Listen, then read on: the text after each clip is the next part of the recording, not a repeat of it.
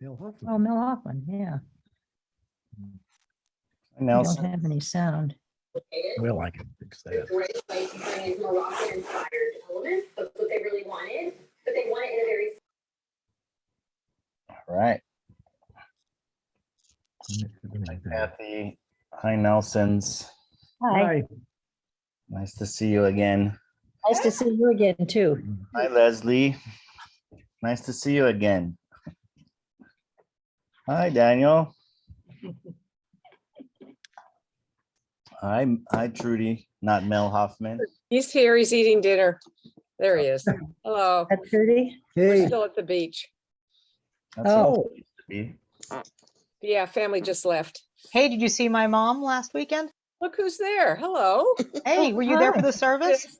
No, because we couldn't come that weekend. We Oh, came okay. on we came Wednesday of last week, whatever day that was. She said it was a nice service.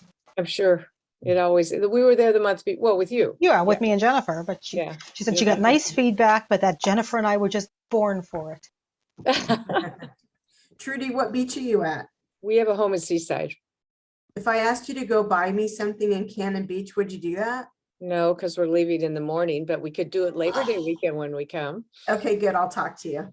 Okay. Thanks. There they are. Hello, guys. Suzanne and Gary. Oh, hi. Did you have a happy 4th at the beach? Yes. Your daughter-in-law said they wanted to come, but she had to work or something. Yeah. So anyway, we all stayed home. Okay. yeah, we wanted to sleep and it was too noisy down there.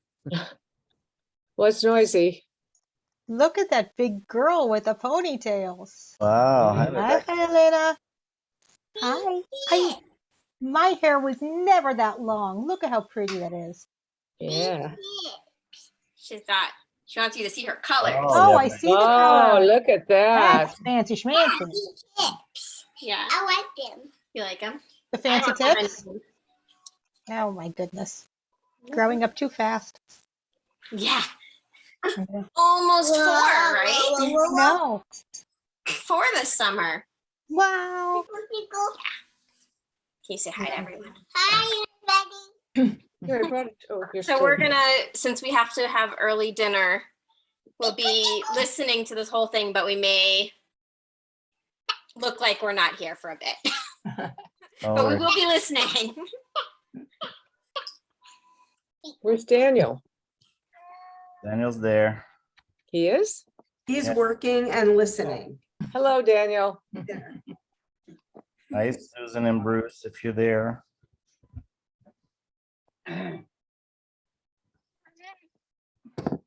Oh, there's Cinder. Oh, there's the cat? Yeah. There's Yeah. our cat. Cat comes to all of these. Our cat's asleep on the, But the Yeah. cat doesn't have fancy ponytails with colored tips. No. So what do you need in Cannon Beach, Leslie? Say that again. What do you need in Cannon Beach? Ooh, everybody's gonna hear this now. I need lemon balsamic vinegar. You need what? Lemon balsamic. vinegar. Is it only in Cannon Beach? It's where the olive oil and vinegar store is. There is an olive. I did not know that. Yes, there is. We And were I there just- the other day. We went to see the Puffins at the Rock. Okay, I'll get you the actual name of Yeah. the store. And Leslie. And I'd be happy to order it, pay for it, and if you could just pick it up. Okay, How many gallons would you Let me want? know. okay. We'll be here for a week, I think, in September. How many Okay. gallons do you want? Hey, Sally Rally, Leslie.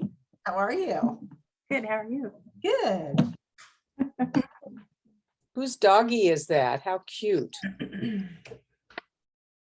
Oh, that- that's me, Marilyn. Oh, hello, Marilyn. That doesn't look like Margie Jacobs. Oh, that's a different box.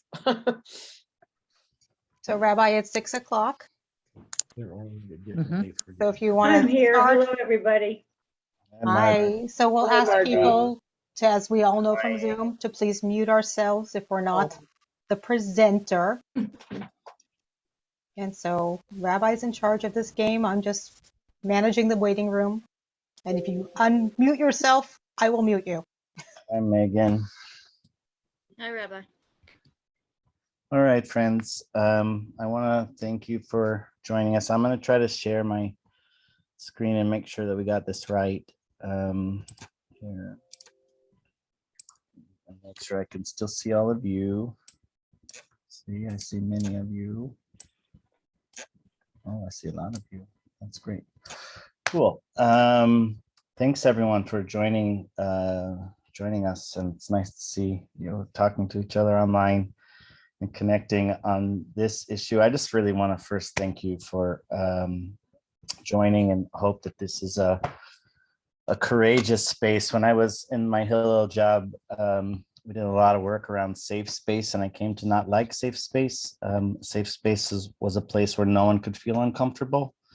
And well, that's what it came to mean, a place where no one could feel uncomfortable. So I think courageous place, from its Latin roots, a wholehearted place where we can actually take a little risk and maybe say or share what we really are feeling, and trust that the group will hold us and not judge us. So I'll just ask that we, it's a place that we can do a little learning on this topic, and maybe ask real questions in a productive manner. I know it's a complicated topic, an emotional topic. I don't claim to know all the answers to this. If you know me, you know that the right Jewish answer is it depends, right? These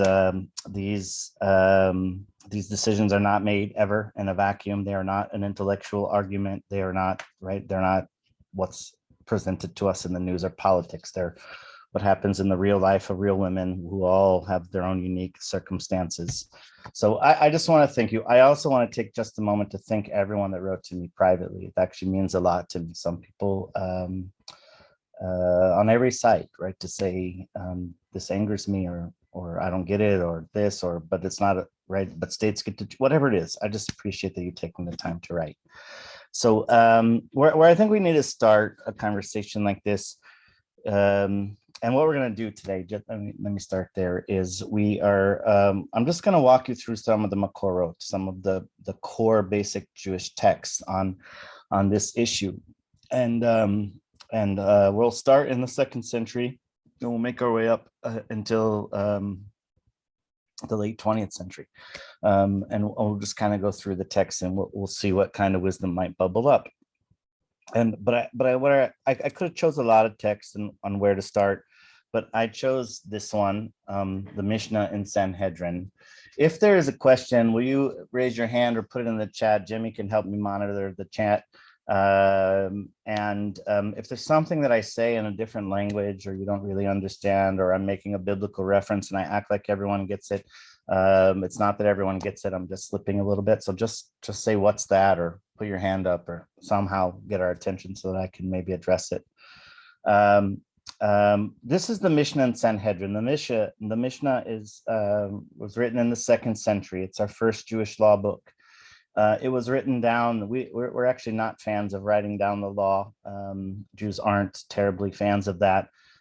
It was written down because we were under siege and we were worried that we're going to lose our wisdom tradition.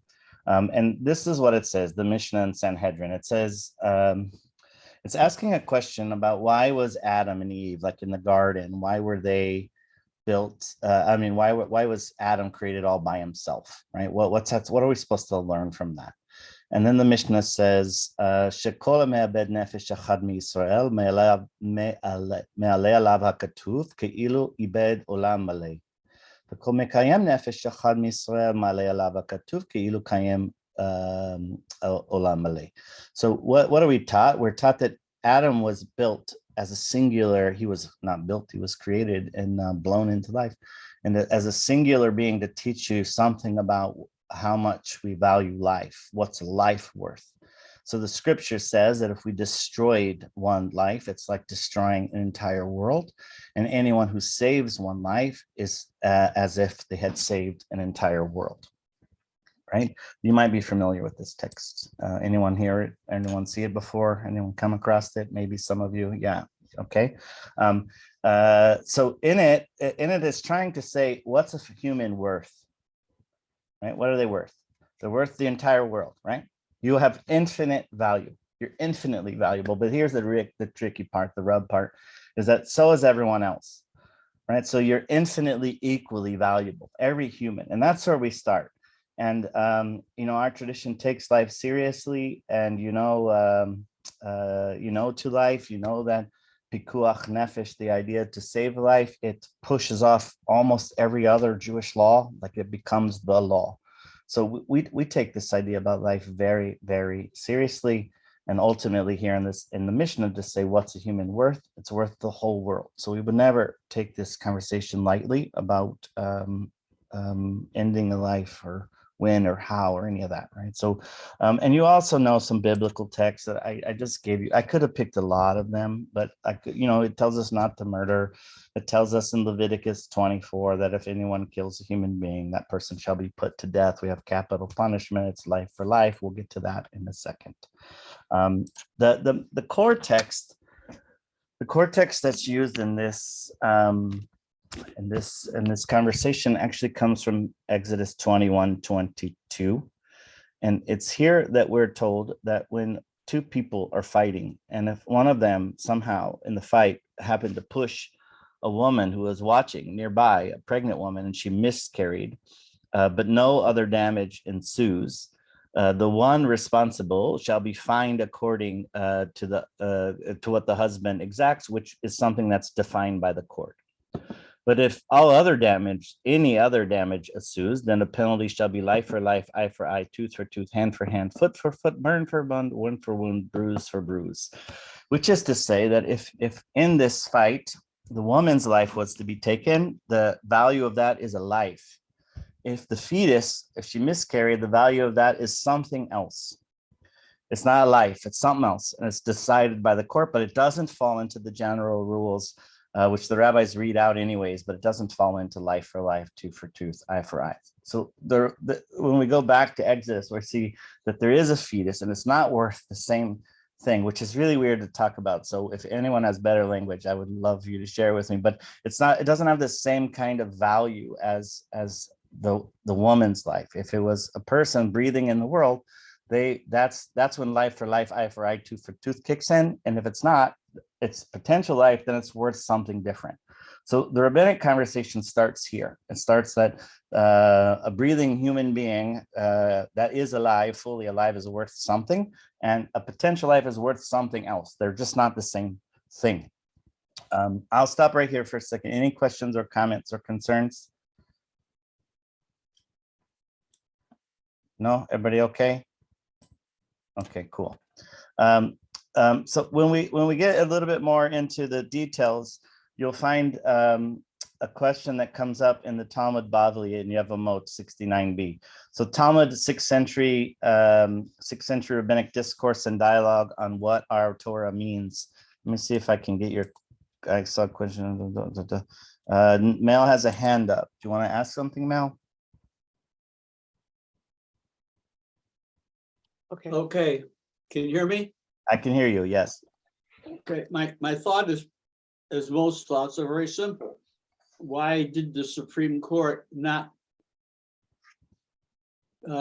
consider what you are saying in their decision? Well, it seems like they've ignored it completely. Because it's Christian. Well, It's still the Bible. I don't want to speculate as to why they did that. In fact, if you listen to what the Supreme Court says, they have suggested they simply handed it to the states to decide, right? So they've done nothing except transfer power where this is decided. I don't think that's true, but that's what they've said. But I want you to hold that question, because in the background, right, Mel, in the background of all this is Roe and Wade, and this Roe versus Wade and these decisions, right? This is and now Cobb, all of that, right? That's there. And it's there. Like, how do I think about that? All I can do, like, someone asked me via email, like, if I knew something, was I an expert in constitutional law, or how could I talk about this at all, right? And I said, no, I'm not an expert in constitutional law. I don't know constitutional law. I know Jewish text. That's what I know. I know Jewish law, so I can talk about that, right? I can talk about that. So I think it's a good question to hold, Mel. Like, how does it work, and how would our understanding fit into a national understanding or a statewide understanding? I don't know. But look, so here we're in the Talmud Bavli, Yevamot 69b, in this part of the Talmud, it's actually a little tricky part of the Talmud. It's you know, when we read in the Torah about all the sacrifices that are brought up to the temple, you know that those weren't just burned on the altar, right? All that stuff that was brought there, the meats, the grain, the honey, the wine, whatever it was, what the first fruits, whatever that was brought there, those were eaten by the Kohanim and the Levites. They didn't have land, right? And only they were allowed to eat from it. This section of the Talmud is a little bit weird. It's talking about what happens if a woman is married to a Kohen, but then the Kohen dies. Can she still eat that special food, or is she no longer allowed to eat it? She wasn't allowed to eat it before she was married, and then she could, but then he died or whatever. So in this section, it's asking a question about what if she was pregnant? What if she was pregnant? So maybe she wouldn't be allowed to eat, but maybe because the baby would be the baby of a Kohen, that she would still be able to get it. And then the question is, how pregnant? That's a funny question, right? How pregnant are you? How pregnant are you? You either are or you're not, but how pregnant are you? And then we're told this line in the Talmud. It says, "Ve'i me'avra ad arba'im maya ba'al mahi." So it says, if this woman was actually pregnant, until 40 days from the conception, the fetus is water. It is mayim ba'alma, which means merely water. And it's not considered a living being in any way, shape, or form. It has, right? So the first 40 days, it is mayim ba'alma. This is rabbinic science. So it's not science, it's rabbinic science, right? It's rabbinic science, which is to say, thinking about the ancient world, which we might need to take into account when we're talking about our world. How much did they know? What did they think about? But for them, you know, marriages, oh boy, that was very Freudian. Pregnancies ended all the time for all kinds of reasons.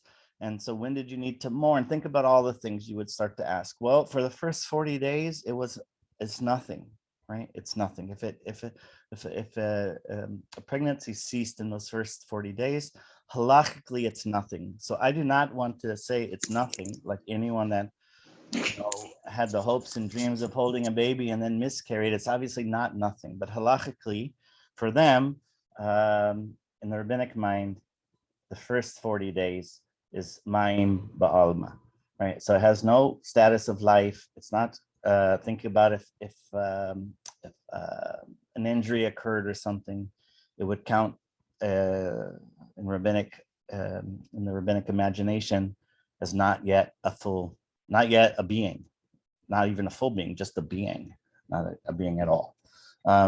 Is that clear to everyone? Yeah, everyone okay? I mean, I don't know if you're okay, but and you don't have to agree with the rabbis, you don't have to agree with them, but they do have this understanding. And we're not going to get a question about viability until much later in history, but there is something here that says the first 40 days, they couldn't imagine it to be even potential life, right? It's outside of the womb, it would be nothing that we would consider to be a human. Or most folks would consider to be a human. So this is kind of where the conversation starts, right? So we know something from the Torah and Exodus, that a woman's value and a Jewish understanding of that, right, is that a woman and the fetus are not the same thing, and someone in the early parts of pregnancy is definitely not the same thing, right? It's mayim ba'alma first 40 days. Then we get some different kind of text. And we'll see what kind of values we can draw from these sources about the relative value of the life of the mother and the fetus, and how one would even weigh such like a horrific thing, but and heartbreaking thing, but how would we do it? And often in our texts, we're pushed into really uncomfortable places in order for us to have values clarification. So this is, again, the Mishnah in Ohalot, 2nd century, again, writing down, and we're told the following. We're told that if a woman is having trouble during giving birth, and it's makshe, it's having real difficulty during birth, that they should cut up the child in her womb and bring it forth limb by limb. Because, and this is the key point, because her life is more, comes before the life of any baby. Because her life comes first, because she is a full being and the baby is not yet a full being, right? But it says, but if the greater part has come out, it says Yatzeh Robo, if the majority of the baby has emerged into the world, one may not touch it, for one may not set aside one person's life for that of another. The way the rabbis understand Yatzeh Robo, for the most part, the vast majority of all the writing says, once the baby's head once they've crowned and their head has come out into the world. Once that happens, it's a life and has the same rights and value and the same everything as the mother. Then you can't say, right? Well, what's the first part of the argument, right? The first part says that if the woman's in trouble, then her life comes first. That's it. She comes before the kid. And then not only could you like terminate that pregnancy because her life is in trouble, you have to, right? You have to save her. That's what you have to do. Why? Because we care about life, like right? Which is a funny part of this argument when we sometimes on how it's played out. But here, once the baby his head is crowned, or it's a him here because the fetus is a masculine word in Hebrew, but once the head is crowned, then it has equal rights to the mother and you can't do anything to touch it. Okay? Any questions? Any comments? Any concerns? Yes, I have one. Who's that? This is Sally. Hi, Sally. Hi. Yes, so my question is, in states where they say that the life of the mother is in danger, what type of definition are they using? Is it similar to this? Well, what you're going to see, Sally, when we go forward is what does danger mean? Right? I mean, this is like a very kind of rabbinic thing. What is danger? Does it mean physical danger? Right? Does it mean that her life is in danger? Does it mean psychological danger? Does it mean emotional danger? What does it mean? Does it mean financial danger? Right? These are where the conversations go. And what you're going to see is our rabbis have been talking about that for a long time. Like, what is the danger? I think this text is talking about physical danger because she's actively giving birth and it's not going well, right? And we know that even today, the moment of giving birth is one of the most dangerous moments in a woman's life, right? Like it's not a small thing. I mean, it's a miracle and it's amazing and it's been going on forever and it's really dangerous at that moment. So I appreciate your question and just hold it a bit because you're going to see how it starts to play out. Like, what's the danger in each of the states? I don't know the answer to that question, right? I don't know the answer, but I think it is a question that one would ask to say, how do you define that thing? How do you define that thing danger? Because right, it could mean something very narrow, right? Very, very, very narrow, or it could be something expansive. And we're going to see how expansive our rabbis take it. Like they take it to pretty far. Like, what does it mean for her to be in danger? But I do think this text means physical danger because she's in the act of giving birth, right? So this woman in this hypothetical Mishnah, right? This woman is expecting to go home with a baby. This woman is expecting to give birth today and something's not going right, which is a little different, right? Than having a conversation about earlier on or just learning that I'm pregnant or something like that, right? Because then maybe the danger is different and you'll see that the rabbis go that route, right? They start to say the danger to the woman is a real reason why you would consider or permit the end of a pregnancy, right? It's a real reason. There was another hand. I saw a Leslie hand and I saw a Mel hand and I saw some chat things, but it's hard for me to read the chat.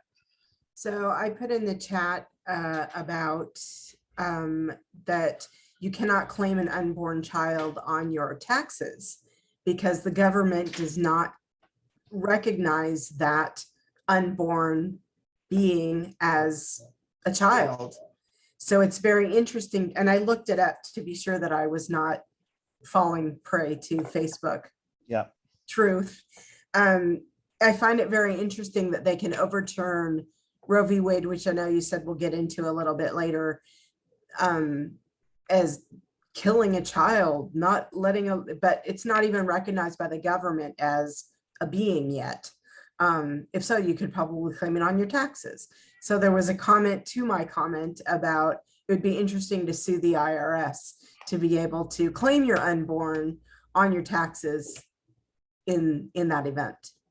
Yeah, Leslie, I'm glad you pointed out some of the inconsistency, right? Because what's going to happen over the next months, years, as I'm assuming, I don't know, but I'm assuming that you were going to see all kinds of lawsuits, right? If this is where you're defining where life begins, then, right, then what about this case? And what about that case? I saw one already about child support. When does it begin? Like, how does it, right? You know, that we're going to see it. We're going to see a bunch of that stuff.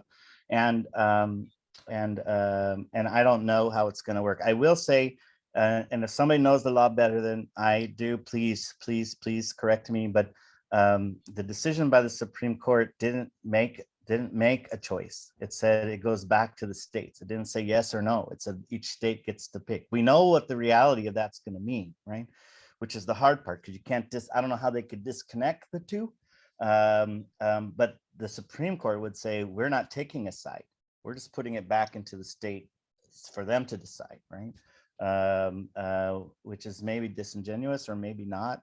I don't know, right? Like I said, I'm not a constitutional law professor, but in this case, right? And I appreciate Sally's question about what's danger. When does it count? I think those are the right things to be asking. When is the beginning of a person? So when is the beginning of the person? I showed you the two core texts, right? The first thing is, it's very clear all across the whole tradition that the first 40 days, it is mayim ba'alma, it's water, right? It has no value as a baby. Obviously value in the heart of someone, you know, yearning for a child, but not, but just in a different category. And we know that even up to the last second, if the baby has not entered the era of the world, they don't have the same value. They don't have the same value as the mother, right? The mother's life comes first. So we know those two things from the text we've seen so far. Mel and Margie, I see two more hands. Judy? Oh, me, Margie. Oh, I'm just saying Mel because it says Mel on your Yeah. name. Trudy. All right, well, I have a question about the text. Yeah. If you can't touch, if the baby's crowned and you can't touch the baby and it's equal life, do they just both die? Yep. I mean, it's making it sound like they both will just, I don't know what it's saying there. Right. I appreciate that, because you're asking, what about this severe case when the baby is now crowned? We didn't, well, like if I were a doc, let's say, Trudy, let's say I know this is Jewish law, and I was in a setting where this woman is in despair, right? You got to make a choice whether to do this before the baby crowns. Once the baby crowns, right, then you don't have this choice. Afterwards, you would have to take different measurements, different measures, right? So I would say this text is not talking about that moment. It's talking about the moments before. By the way, we have texts that say what would happen if part of the baby's head came out. Well, the midwife should push it back in, because if it pushes it back in, then it's very clear that the life of the mother precedes the, right? It says, "Shechayecha kodmim lechayav." Her life comes before its life. Her life becomes. But when it crowns, then it has equal rights to the mother. Before that, it does not have equal rights to the mother. Right? It does not. So I think so what happens if, but I would bet that the rabbis would say, don't let it get that far. Like pick before, right? Pick before. And then of course we would get that far and have to figure it out. Margie, go ahead. Well, my interpretation of this would be one may not touch it in terms of destroying it, not touching it in terms of assisting, because it says they cut up the child in the womb and bring it forth limb by limb. Once the greatest part comes out, one could not then dismember it to bring it out, but it does. I don't think the touch it refers to not to assisting. It refers to in some way hurting The baby. the child. So I would interpret it that it's okay to help both mother and child to come all the way out. And normally, to my understanding, when a baby is born, there is somebody there to catch the baby or to hold the baby as it's coming out. That would be a normal part of delivery. So it wouldn't be the same thing. So I really think that touch it in terms of harming. Right. So I think you're right about that. In Nogimbo, we don't touch it, meaning we don't harm it, right? Once the baby is crowned, we don't harm this baby, and we do our best to save both of them, right? That's right. But I'm certainly not going to dismember it like it says before, right? Which is harsh text from 1800 years ago, right? All right. Anyone else? Oh, Joanna, I see a hand. Hi, David. Hi, David. There's a little David with you. Hi.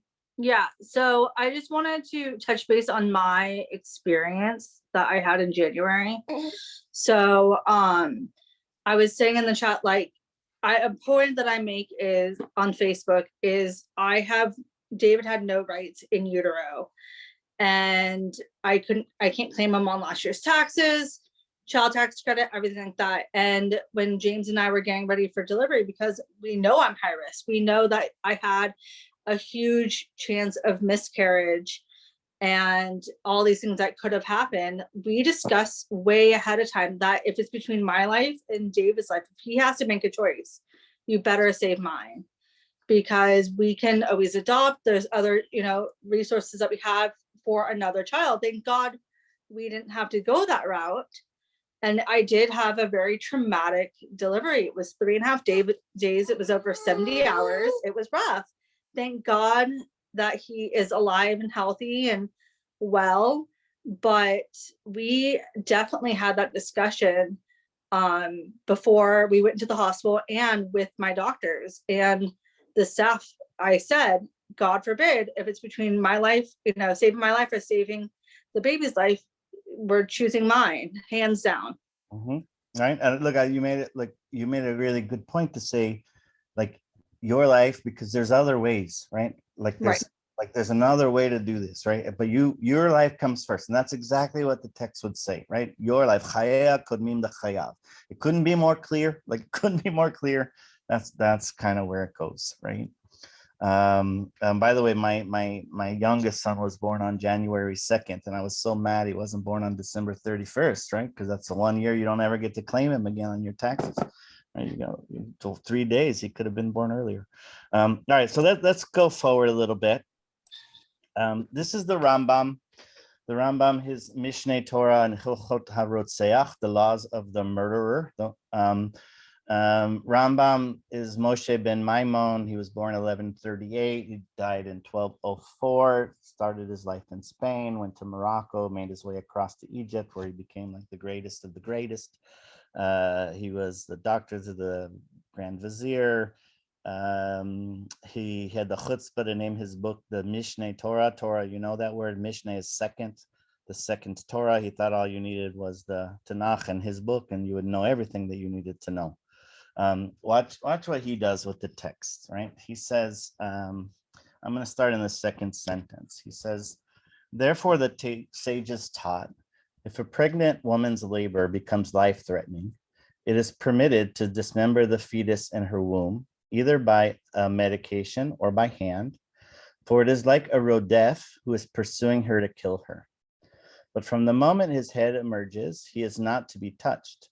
For one life is not to be put aside for another, for this is the natural course of things. All right, he introduces something called a rodef, right? He says pretty much the same thing. He introduces something called a rodef. There is a Jewish law called din rodef. Din is law, the law of the rodef. A rodef is a pursuer.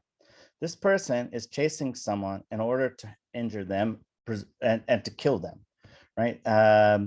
So the law of the rodef says that if someone's chasing you, pursuing you, and your life is at stake, you have a moral obligation to protect yourself, and you may kill that person, the pursuer. Not only you may pursue the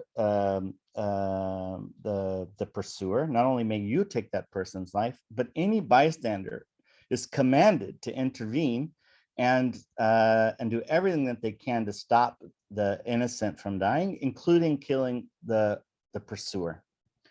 This is one of the only cases in the Torah where you have something outside of the legal system that would say taking a life is okay. So any of that other stuff that was eye for eye or tooth for tooth or a capital case, all that's done before a judge in our tradition. But this one says there's someone innocent, someone's pursuing them to injure them, to hurt them. You need to stop them. Like either you, the person that's about to be hurt, or you, the person watching this happens. You have to stop them. Rambam puts the fetus as the rodef, as the person that's pursuing this woman in order to hurt her, right? To hurt her. So does that, I just want to make sure that that's clear. Can someone say that to me back, just so I know it's clear? What's a rodef?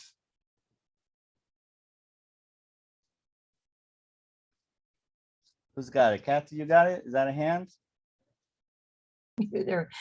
Yeah, to me it says that if the baby is, or the fetus at this point, the fetus is endangering the mother's life, then it's a pursuer. And it's no different from anybody else that's endangering your life. No different than anyone else. We already know some other place in Jewish law that if someone's coming after me and they're gonna hurt me and that I'm gonna die through this whatever encounter, that I have the right and in fact the moral obligation to protect myself. The reason the rabbis pick up on that, why? They hang it on a verse in Leviticus that says the chai achicha imach, that your brother shall live with you. They take it out of context totally, but it says, and your brother shall live with you. So how does my brother live with me if I'm not alive, right? There's a command to be alive. I have to be alive. I have to be alive for anyone to live with me. And therefore, like, I have to protect myself. And they put, and Rambam takes the fetus and puts it into the category of a rodef. Like, this is no different than anyone else chasing after me, anyone else that was going to take my life. So not only would I be commanded, me as the woman giving birth, that's weird to say, be commanded, right, to save my life, but the doctor and the nurse and anyone else bystanding would be commanded, right, to save her, to save the life of the person being pursued. And that's how the Rambam moves us into this conversation. It is a very strange law, the Deen of Rodef. It's one of the only places where, again, somebody, a Rodef is not taken before a court. Like, you have to act in the moment. By the way, this has been used as a terrible thing in our tradition, the Rodef. The person that assassinated Yitzhak Rabin used this because his rabbi taught on the Shabbat that Rabin was a Rodef. He was the one that was trying to kill their lifestyle, and that's why it becomes halachically permitted to murder him.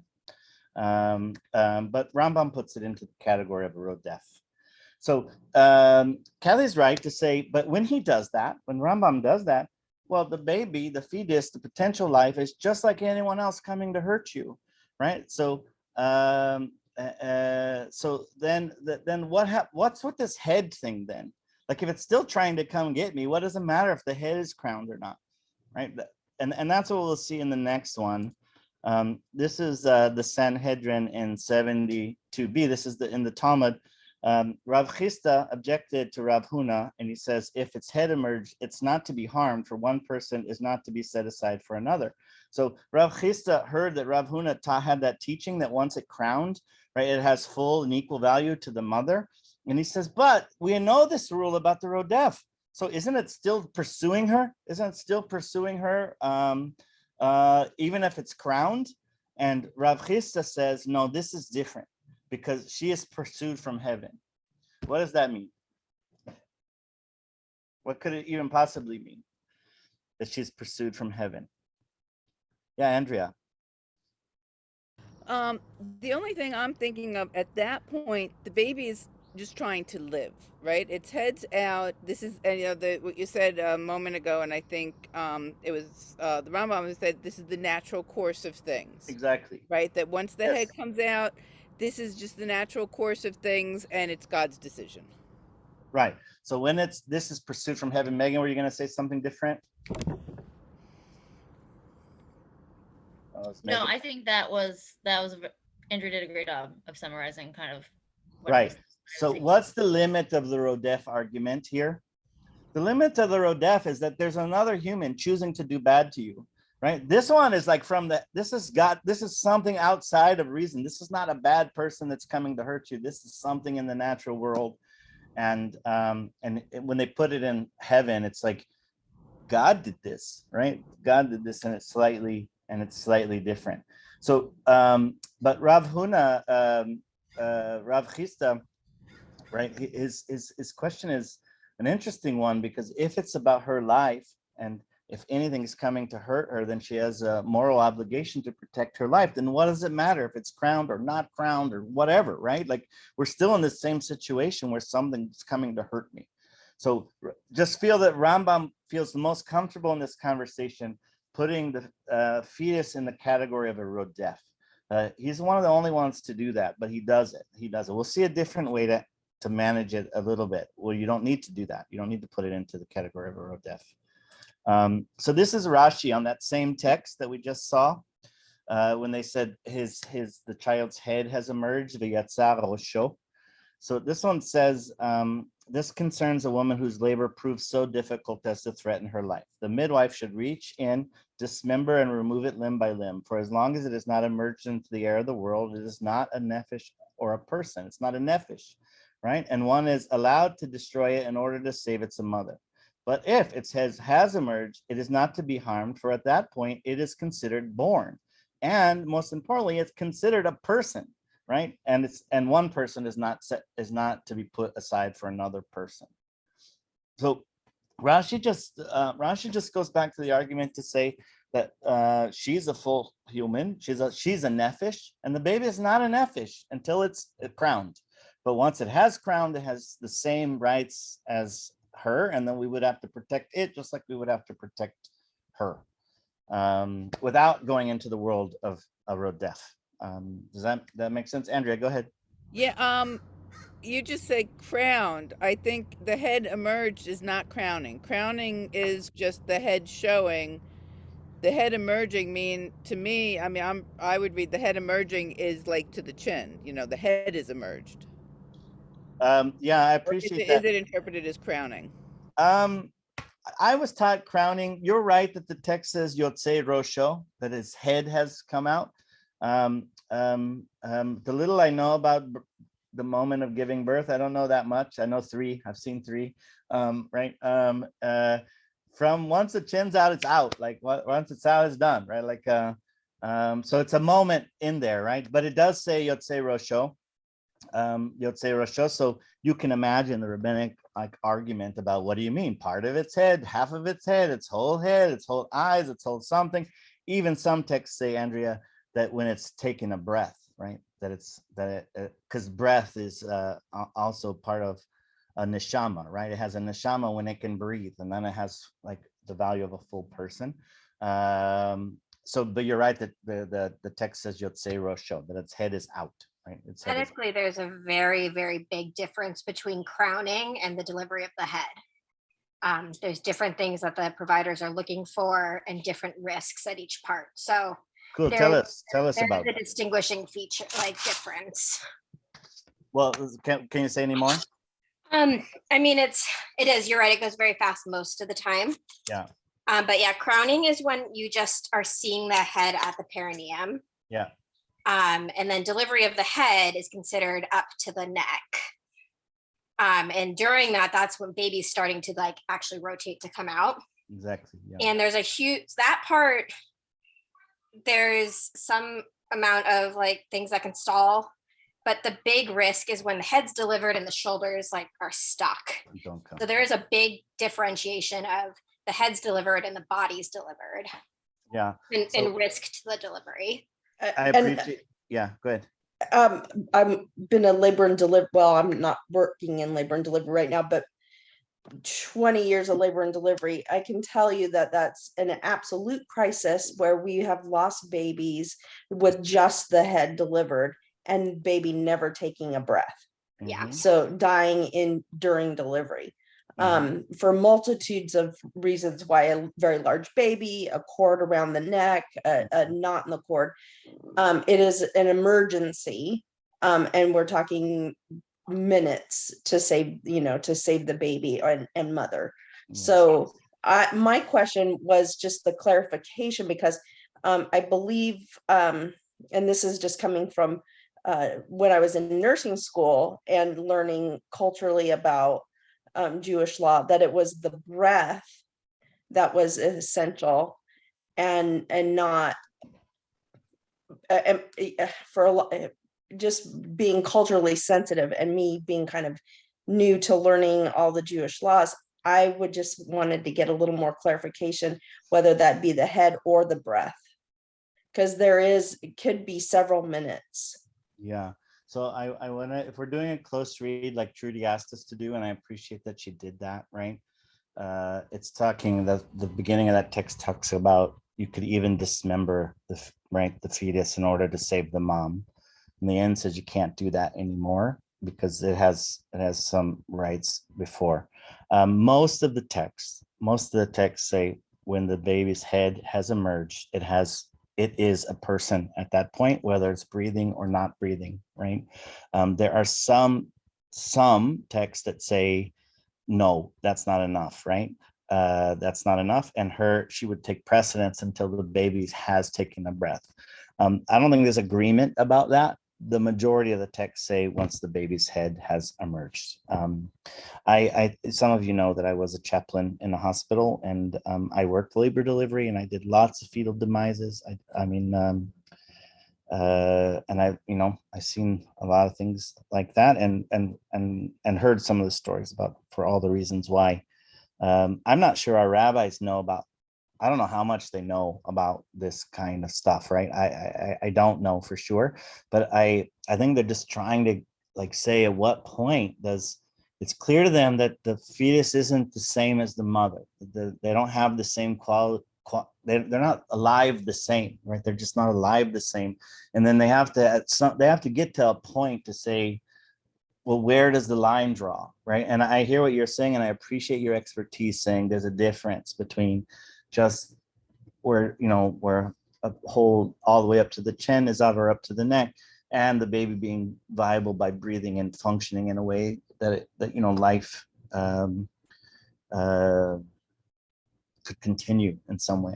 I don't know that. I don't know that the rabbis know that. I just know that they're trying to play with this line. Like, where is the line between them, where it's clear to them that the mother has rights, like not only rights, but has value different than the fetus. They're not the same thing. They're different.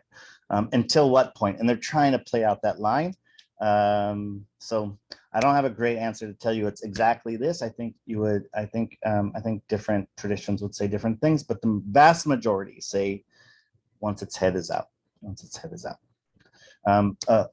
Can we move on from this one, or everyone okay? Or any other questions or anything anybody want to ask or reflect? Kathy, yeah, I see. Yeah, I just thought of something, which is regardless of whether we're exactly when in the actual birth the baby is considered a human being, when we go back to the issue of abortion, this is really not relevant. I mean, it's kind of irrelevant to the issue of abortion, because this is way after the abortions, the whole issue of legal abortion. This is way later in the process of the pregnancy than the issue of abortion. So you're right, Kathy, you are right. Anyway, it is not relevant to something like 98%, 99%. Yeah. Depending on who you listen to, cases of abortion, there are moments at this very moment when you say who takes precedent. One of the things that the rabbis do is they push us into this very difficult moment to make a point, values clarification. Who takes? Your mic is not working. What? Is that true? My mic is not working? Well, your voice is not working. Either that or your voice is not working. I can hear him fine. I can hear the rabbi. I can hear him. I can hear the rabbi. Yeah, if you can't hear the rabbi, you might have muted your tab or something. Let's see. Does that any better? Yeah, fine. You sound fine, Rabbi. Okay, cool. But now sing for us. La la la la la. So look, I do think they're just pushing us on. They do this a lot, right? To push us into what some scholars call the crucible, to pushing us into the moment to say what wins, right? What's more important than what? And you're right, Kathy, to say the way that this fits into most of the conversation around abortion is to say that we know that the first 40 days of life in the rabbinic tradition, in our tradition, that is not anything. That's not even a fetus, right? And then from 40 days until this moment of crowning, it is something, but it is not equal to the life of the mother. That's what we know, right? Right. That's what we know so far. I think maybe the way this comes up at, in American discussion as abortion is when these people talk about partial birth abortion. It seems like maybe this is the situation that they mean. Right. And I think medically speaking, these things happen, right? We just heard from two nurses that these things happen and they're very dangerous at that moment. And then we're probably not thinking about a Bible verse, right? That we're probably not doing that. We're thinking about how do we save the life of this mother, first and foremost, and then secondly, how would we save them both, right? Obviously, that would be well, it says I have a microphone issue. Do I still have a microphone issue? Okay, I'm gonna pretend like I don't. Shelly, I saw a hand. Hi, nice to see you. Thank you for doing this. I'm just remembering sort of some stories that came out recently about women in other states. We're talking about that this isn't part of the abortion issue, but in these states where they are not wanting to prioritize life, there are many women right now who are in this very situation where the hospitals are not prioritizing the woman's life because they're afraid of going to jail or they're afraid of a lawsuit. And so I think that this is very relevant to what's going on in a large swath of the country, and very scary for those women who are not going to get medically treated in any way because of what's going on. Yeah, I think some of you may know this better than me, but I saw a case, I think in Greece, an American woman traveling in Greece, somewhere in the beginning of the third trimester, and something went wrong. Where the baby was no longer viable, but they wouldn't abort the fetus. So now she's susceptible. The nurses can help me, right? They're susceptible to all kinds of bad stuff happening to her that would endanger her life, and they just simply don't allow it. And now what do you do? It was Malta. Malta, thank you. I know that was not really that close to Greece, but it's closer than here. But all right, so let's push a little bit and we'll see. I'm gonna move us. So look, this text is from the Shelat Yavetz. The Yavetz is Rabbi Jacob Emden. Yaakov Emden was one of the leading German rabbi and Talmudist. He was a champion of Orthodox Judaism. He lived from 1697 to 1776. That's a big jump. That's 500 years in a jump. But he was acclaimed for his wisdom and his mastery of the tradition. He comes from a long yichus of important rabbis. His name, the Yavetz, is that like Rambam becomes Rabbi Moshe ben Maimon, and you take the R and the M and the B and the M and make a name. His name is Yaakov ben Zvi, and they made a name for him, the Yavetz. Shelat Yavetz, this is part of his writing. I think he wrote 21 or 25 books in his life, but these are different. She'elot and Tshuvot material are when someone, usually a rabbi from a town, doesn't know the answer to some real life thing that has started, that has happened. They write to the rabbi that they think is the smartest, and they say, what do I do? So this is a rabbi writing to Rabbi Emden, saying, what do we do in a case like this? And he's writing back to give the halachic answer. What does Jewish law say? Which is to say, what does God want from you, right? That's the way the rabbis understand Jewish law. So this case is about a woman who had an affair. She had an affair and she got pregnant. So the questioner asked about an adulterous married woman.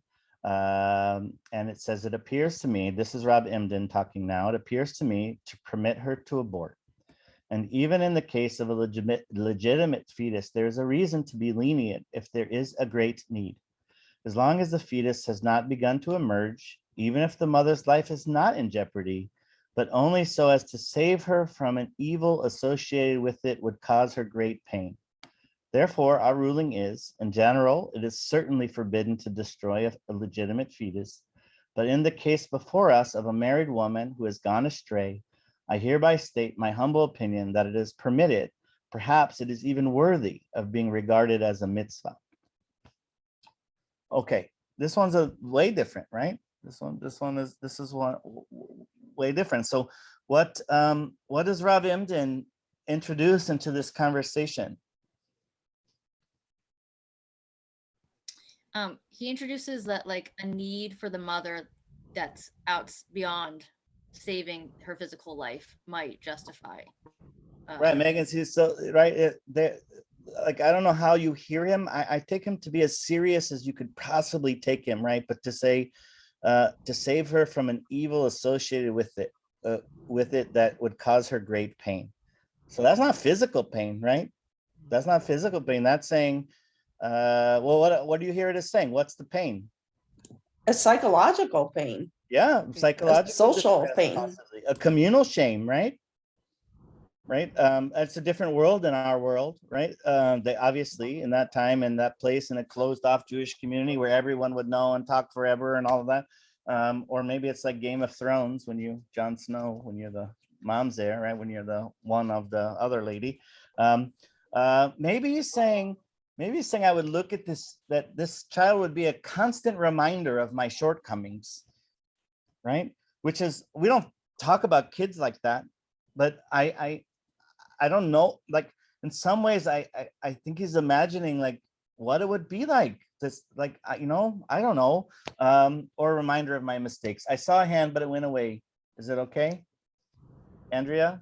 Yeah, so it's kind of, it's even bigger. It's a constant reminder. It would ruin her marriage. Yes. It would have, you know, and then you could almost take it to the effect it would then have on the husband. I mean, it's basically saying there are reasons why a woman should not be forced to have a child. Right, and these And reasons, not just her life. right? It is the bigger picture of her life, right? Not just her being alive or dead. It is the quality of her life. So I appreciate you sharing that, and it is bigger, right? It is bigger than that. This is saying their status in the community. By the way, in closed communities like this, what would it mean? It would mean all kinds of stuff. It would mean you wouldn't get invited to parties anymore. It would mean you don't get an aliyah anymore. Your husband would be disgraced forever. It would mean your kids might not be able to marry into other like good families. It would mean all kinds of stuff, right? It would mean all kinds of stuff beyond this one child. So I appreciate that you're saying it's expanding it to like, what'd you say, quality of life? It's not just being alive. It's about something about the wholeness of her life, right? And then the wholeness of her life and extending even to her husband and her other kids and all kinds of other stuff. So the Avetz doesn't live in our world, right? He doesn't understand medical stuff like us. He doesn't understand that. He just understands that there's something to her life that's beyond being alive. And what would it do to this family in this place in this time? What would it do, right? Rabbi, can I also interject in this? Yes, please. I don't know if the Avetz is also thinking of this, but I think it's also worth considering, like, what would it be like for that child to be raised in that environment where they're this symbol and reminder, you know, of the shame. And, you know, I think that this is still very relevant to a lot of people today. So, right. That you became that one. That's why I said Jon Snow, by the way, right? Like he was always that one, right? I mean, whatever he was always that one. He was always the other one, right? He was always that kid. Yeah, look, I think it's just complicated, right? It's just super complicated when it gets into this stuff. But I just wanted to show you a text, right? Going back this far, where there was some idea that there was, like, look, I do want to point out something. Look what he says. In general, it is certainly forbidden to destroy a legitimate fetus, right? So how do you take that idea that he's saying that's forbidden? Like, we can't murder, we know that, right? We know that we can't, versus, and like right next to that is, there is a legitimate reason to be lenient, right? And you're trying to like live in between these two moments, like, or these two values, right? They're going to bump up against each other. Of course, that's not what the ideal. And there's this other reality. And now what am I going to do, right? Now what am I going to do with that reality? So you've seen in our tradition, I just want you to see so far, right? You've seen something about first 40 days. You've seen something after 40 days to the head. You'd say, well, when most of its head has come out, or its head has come out, that that there is a value, but it's not a full value. And then here we're introducing something bigger and even expanding it into what's distress or pain or any of that. I heard someone talking. So go ahead. Rabbi, Yes. when it says a legitimate fetus, are we talking about a fetus that comes from a legitimate relationship, or does that mean something else? I think that's what it means. Okay, thanks. Right. So if it was her husband's child, right, and then this wouldn't be it. But because it's this other thing, then it's not it, right? Let's watch, because so this is the She'elat Yavetz. I told you, right? 1697 to 1776 in Germany. He had friends. His friends read what he wrote. This is the Tzitz Eliezer. He's referring to that exact thing we just read, right? This is Rabbi Eliezer Yehuda Waldenberg. He was born in 1915. He died. He left the world in 2006. He was a leading posek and judge in the Beit Din in Jerusalem, and he was a leading medical authority on medicine and Jewish law. His name is the Tzitz Eliezer, and he wrote a lot about halachic issues and medical ethics. He's responding to what we just read. So he says it makes sense to say that the main reason to permit abortion for an adulterous married woman is because of the mother's need to save her in this way from embarrassment and disgrace, and when her child is born, for all of her days. And this is similar to what the Yavetz wrote afterwards, permit even abortion of a legitimate fetus out of great need, even if not pikuach nefesh of the mother, but rather to save her from evil, which great pain would cause her. For there's no need nor physical and spiritual pain greater for a mother who has done tshuva than that the sin of her illegitimate child would be living reproof constantly. Right? It is simple and clear that if we permit abortion for this reason, then we should permit it in the case of a married woman who is raped. For the child would be illegitimate when conceived by rape. Therefore, it seems that there is a valid concern that the child be born, if the child would be born deformed, or if the child would be in constant pain, we would permit an abortion within 40 days of conception, and at the most up to 3 months, and proving that the fetus is not moving. Okay, that's a lot. Let's break him down a little bit. He picked up on what Megan picked up on, right? He picked on something about the quality of life of the kid too. He did that. So what is he saying? He's saying, based on what the Yavetz taught, we can learn even more out of that. We can learn even more. So what can we learn about that? We can learn that this woman doesn't have to have physical, right? She doesn't have to have just physical pain, but spiritual pain counts now, not just psychology and all that. And he says, look, the mother who's done tshuva and watching this child would cause them great pain, maybe the child great pain. And if that's the case, then of course, any other illegitimate, right, thing through rape, violence, any of that kind of stuff. But look what he does. He adds something here because he knows a little bit more. He's in a different world than his predecessors, where he adds, and I'm interested to hear what you make of this, but look, he adds this idea, if it's within the first 40 days or certainly 3 months, and provided that the fetus is not moving. But what do you get out of him adding those pieces at the end? There was a hand. Hi, Margie. Okay, my comment here is, and of course I think he's becoming more aware of the length of a pregnancy and all those other situations, possibly even a dead fetus, but it's still just talking only about a married woman. It mentions rape, but Is there something, is this only if the woman is married? Well, in their mind, right?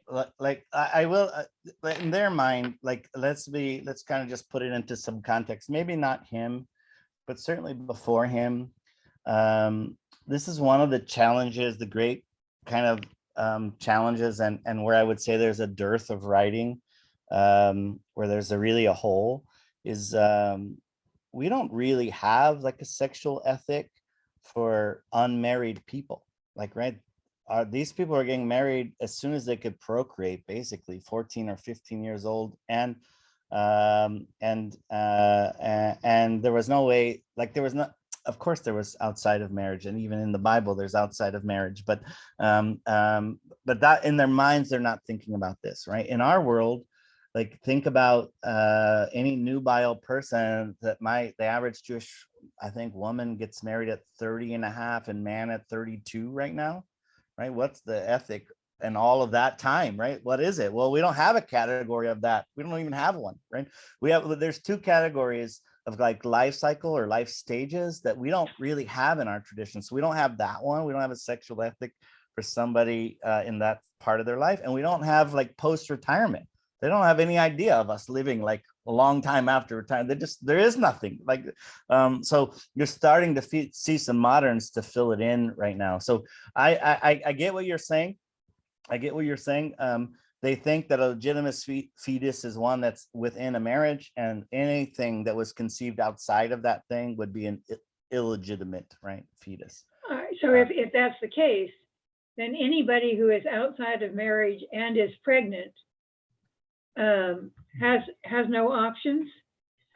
Oh, no, has options, right? Because the illegitimate fetus is the one that are talking about, that you could terminate that pregnancy for reasons of psychological, spiritual distress, for communal shame, all of that. Like even if they're unmarried.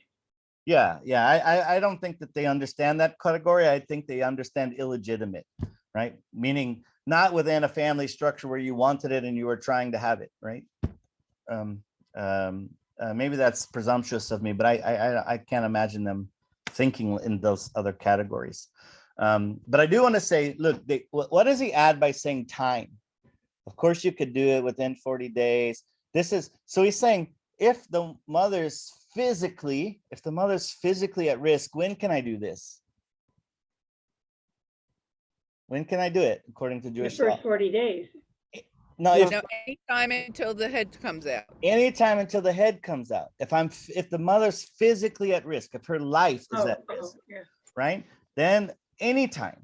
But then we get this answer to say, well, look, we got this thing in our world where this woman had an affair and she had a baby, and that's going to ruin her whole family. Well, when could we do that, right? When would that be permitted? Well, not all the way up to crowning. Like he's putting a limit on that, right? He's saying, okay, it can make sense to me that there's a spiritual distress or a psychological distress. There's something in there, but he does this thing to say, well, within the first 40 days, that's not a problem halakhically, because why? Because it's nothing. It's mayim ba'alma in the first 40 days. And then he says up to 3 months, providing that the fetus is not moving. What's he uncomfortable with, or what's he trying to get at? Why is he adding these things? I'm not really sure what the up to 3 months is, because I'm doing the calculations and I'm still not quite getting it. Only that perhaps that's just the first trimester. And I can't remember what year you said this was written, but maybe socially we have said first trimester is okay. So I'm not quite getting the math here. He's writing in the mid 20th century when he's writing. Right, the 1950s, 60s, right? But let's just talk about the physical part of being pregnant. Like, what happens after 3 months? Okay, I think he's trying to say, you don't have this kind of abortion for a non-physical reason after it seems like the fetus is alive. Yeah, that's exactly right, Cheryl. That's exactly right. Because we are people that care about life, right? And there's a way that there's something uncomfortable in it for him. There's something uncomfortable. By the way, it's not surprising. Like we we don't have in our tradition, we'll see that in a second, but we don't have in our tradition, you can just do whatever you want with your body, not a man and not a woman, right? We don't. In Deuteronomy, it says very clearly that our bodies are on loan to us. They belong to God, and I'm supposed to take care of it the best that I can and give it back as pristine as possible. That's what I'm supposed to do with it. And I can't just do whatever I want, right? So they don't even have a category of thinking like my body, my choice in any condition, anywhere, no matter what. They just don't have that. It would never come up to think like that, But he's a modern, right? He's a modern, but he's saying, look, Cheryl says, it looks like it's alive, right? Like, it's one thing to say you made this choice, something bad happened, there was an assault, there was something happened that was would make it illegitimate, which is a weird way to talk, but you know what I mean? It wasn't desired, it wasn't set up, it wasn't planned like this. And okay, you're going to make that choice for, so he's trying to limit it, right, Cheryl? He's trying to limit to say, all right, these other ideas of when this is permissible, when it's not about your physical well-being, okay, right, we got it. There's a way to think about this, but it cannot be once the baby's moving, it just feels different, right? It just feels different to say, so we saw a category of up to 40 days, and now he's introducing a new category, which is 40 days to 3 months, that he's saying that maybe has a different value, or it has a different kind of, I guess you would say what, like a different rating of life. I don't know what I'm talking about, but right, I don't know how to say it well, right? But Viability. Well, look, he introduces viability, right? I think I don't think he knows that word viability like the same way, but fetus is not moving. It seems to him not viable. That doesn't seem like life, right? But once I see like little fingers and toes poking through the skin and all that stuff, that seems a lot like life, right? That seems like a lot like life. So, I want to talk about that a little bit, because it also 3 months you're not showing. Yes, thank you, Andrea. So for all of That's these, what I'm trying to say. you know, you're not going to know if fetus is moving to like 5 months, right? You don't feel that fluttering and all of that movement for another couple months. I think the 3 months is more related to nobody knows she's pregnant yet. Yeah, I agree with Andrea, and I mean that was how I was reading it, and it seems very clear to me that up to 3 months and providing the fetus is not moving are two separate categories. Cool. So right? I'll tell you that I don't rely too much on rabbinic science. Like, this guy could think that at 3 months the baby starts moving. He doesn't like, I think I read it more like a category, but I hear what you're saying. So let me just make sure I got what you're saying. You're saying there's this category of 40 days, which is Mayim Ba'alma. He knows that all the way back to the Mishnah, right? And he's saying there's this category called 3 months where no one knows you're pregnant, right? Nobody knows you're pregnant.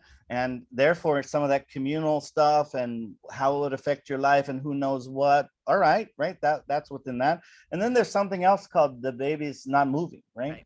And that's another thing. So now, but I just want you to feel in the conversation that this kind of parallels or echoes some of the conversation that we have in our modern discourse, right? Like, up to here seems different than after here. Up to here seems different than up to here. Like, you know what I mean? There's a way that he's picking up on some of that, where he's saying maybe viability, but something. And thinking about modern medicine, right? Maybe if he knew kind of what we knew, maybe he would change his months or something different. He would change them, right? I mean, I saw a few babies make it at like 21, 22 weeks. And the hospital I worked at in San Diego had almost 100 beds in the NICU, right? We had so many at-risk births that happened there, and then babies make it, right? So when viability becomes a question, and I don't know how to answer that question exactly. I just want you to feel that he's already starting to pick up on that, right? He's already starting to pick up on that to say, all right, for these things that you're saying are not about your physical health, maybe there should be some limits on it, not just whenever, whatever, right? Maybe not.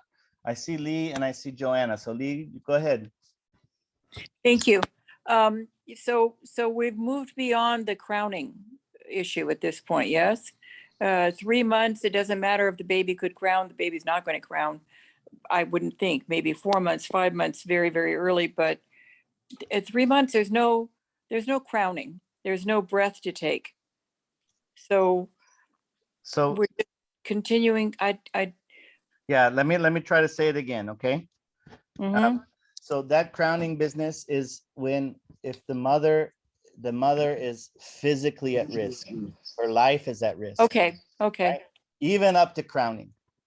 This one comes to limit a little bit, or to start to put into categories. What about these other things that aren't about a physical threat? What if it's about an emotional threat, a spiritual distress? What in those cases, now he's saying 3 months, now he's saying 40 days. Now he's Okay. saying That fetus. makes, yeah, all right. I was trying to follow the logic and arguing with myself. So I appreciate that. It's really interesting for me that the rabbis are, they're not getting this out of nowhere. They're getting it because these cases are coming up in their world, and then they're saying, what do we do? What do we, right? This is all this questions where the rabbis are writing to other rabbis and saying, what do we do? This happened in my town, and what do we do? Like, what do we do? Yeah. And they're reacting to the real world. What do we do? Right? So one more quick question, Rabbi. Yes. So life, life, Mhm. we're assuming then, because I want to catch up, that life is viable, or the promise of life is important with this 4-month-old developing fetus. Yeah. So it's a great question, because what's his concern, right? So what is clear in our tradition is that life, when you're a nephesh, when you have a soul, is at the moment that the head is out. That's when a baby becomes, that's when it becomes a person. Before that, Yeah. it is not a person. It does not, we have no concept whatsoever that life begins at conception, right? If you've seen it, Right. exactly, explicitly not that, right? Because this statement that the first 40 days, it's mayim ba'alma, it's just water, right? There's no life, and it has nothing that we would consider qualities of life. But then you see that the rabbis start to, play out a little bit, like, but is that the same during this part of the pregnancy? Is it the same during this other part of the pregnancy?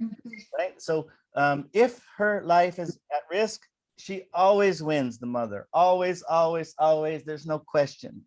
Like, we always protect her first, always. And then it's to say, but the modern world is complicated. Like, how does this all work? What if she's under psychological distress? What if she's under financial distress? What if she's under all these other things? Well, maybe it's legitimate to do that, like we saw from the vets. Maybe it's legitimate to do that. And then they say, but maybe we put some limits on it. Maybe we say, like, there's still something that they're uncomfortable about, right? And you're gonna see it play out more. You're gonna see it, because I'm gonna bring you some up to like the 20, up to the end of the 20th century. I see 3 hands. Anybody feel compelled that they need to ask right now? If you do, go for it. Joanna and Kathy. So I know in the US, viability for a fetus is around 24 weeks. If you have a micro preemie around then, before 24 weeks, I know in the US, from my understanding, there's nothing they really do to try to save the life generally, because the survival rate is so low. I know in Australia, someone in one of my mom groups was saying they will try to take measures if the micropreemie is born at 22 weeks gestation, but in the US it's 24 weeks gestation for viability. And maybe Rebecca can add on to that, or one the other nurse on there. But Yeah. I know for feeling the kicks and everything, some people don't feel it until closer to 20 weeks and later. And so I just wanted to add that part to it. Yeah, it depends in terms of what hospital you're in and what resources. I've worked at a rural hospital and they do stick to that 24 weeks. I've worked at a high risk and they, it depends on what resources are available. 22 weeks in the Portland metro area is when we've tried to save the life of a baby. So it depends, and anywhere from 20 weeks to 24 weeks is a gray area. It depends on how well and what's going on with the baby, whether it's viable or not.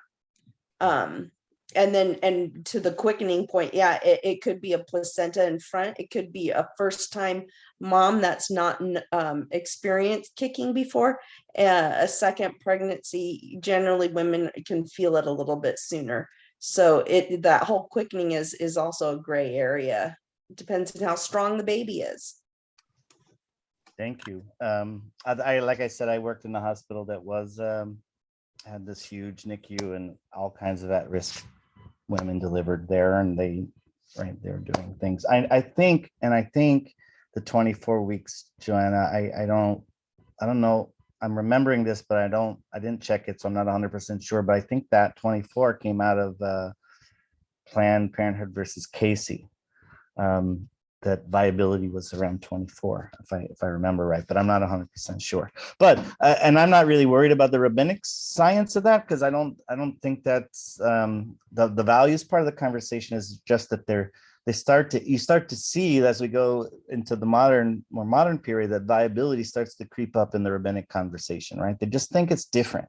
It's different when it was the first 40 days. It's different maybe when nobody can tell. It's different when the baby's not. It's just different. They just want to, they're just trying to deal with this thing that says, yes, well, of course that we can do it. Yes, we even recognize like things that aren't physical distress to the woman's life. Her life is very broad, right? All these other ways, and it's a potential life, and they're trying to, they're trying to hold both of those things. And so I just wanted you to see here that he starts to add in these ideas of different stages that we didn't see earlier, and viability might start to creep in here. Kathy, did you have one that you wanted to share right now? This just reminds me of back when I was 6 months pregnant back in 1992 and had problems and was in the hospital. And I just want to say, Rabbi Geller came and visited me, and and so we were having to talk about, well, if you lose your baby at 6 months, what does that mean? And I mean, it's something I had forgotten about till just now, but it was a pretty powerful experience.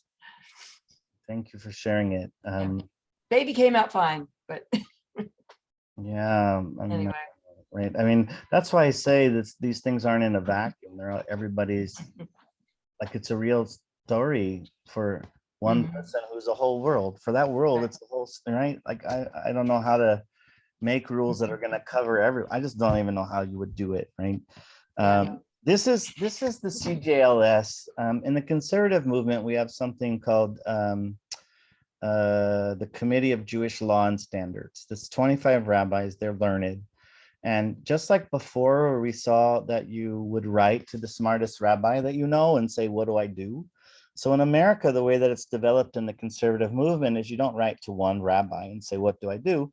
But there's a law committee, there's a board of 25 minds, and people will submit questions to those boards to say, what would I do in such and such case? And then they'll take them up and they'll write answers to them. Like, this is what they think you should do. Again, meaning this is what Jewish law wants of you, meaning this is what God wants of you, right? So this is a writing that came from Rabbi Cass Abelson, and he's writing about this in the 1980s. And he says, there's a clear precedent in the tradition to permit abortion of a fetus to save a mother's life. We've seen that clear, right? To safeguard her health, or even for a very thin reason, such as to spare her physical pain or mental anguish. Some also consider the well-being of other children and the future of the fetus itself as reasons to permit abortion. So all agree that there must be a reason to justify the destruction of a potential person that the fetus will become after birth. Where there's a reason to believe that the fetus may be defective, if the tests indicate that the child will be born with major defects, it's permitted to abort the fetus. Okay, do you pick up on anything that he's added or changed or nuanced? Does this potentially really expand the timeline? Because now we're dealing with modern medical science that can detect like genetic abnormalities. I don't know exactly when, so someone else might fill in, but like much later. Like I have a friend from college whose son has some stuff, like his head is too big and there's a kidney thing. I can't remember the name of it. It's very anaphil something. But like she had posted recently just about how much in-depth, like kind of consideration she and her husband went into deciding whether or not to continue their pregnancy with their son. Yeah. And so like in that, and you know, and it was later because it took longer to get that information. So right, Megan. So Megan, you're picking up on that. If tests indicate the child will be born with major defects, it's permitted to abort the fetus. Once you have different information, like it might be way past 3 months or whatever. It might be much later that you find out. And in a case where you found out that this child wouldn't be viable or would be born and be in terrible pain or whatever, that it's permitted to abort the fetus according to Jewish law through the Committee of Jewish Law and Standards. The difference here is yeah. that we're talking about, for the first time, we're talking more about the fetus than we are about the pregnant woman. So now amazing. we're considering that the potential birth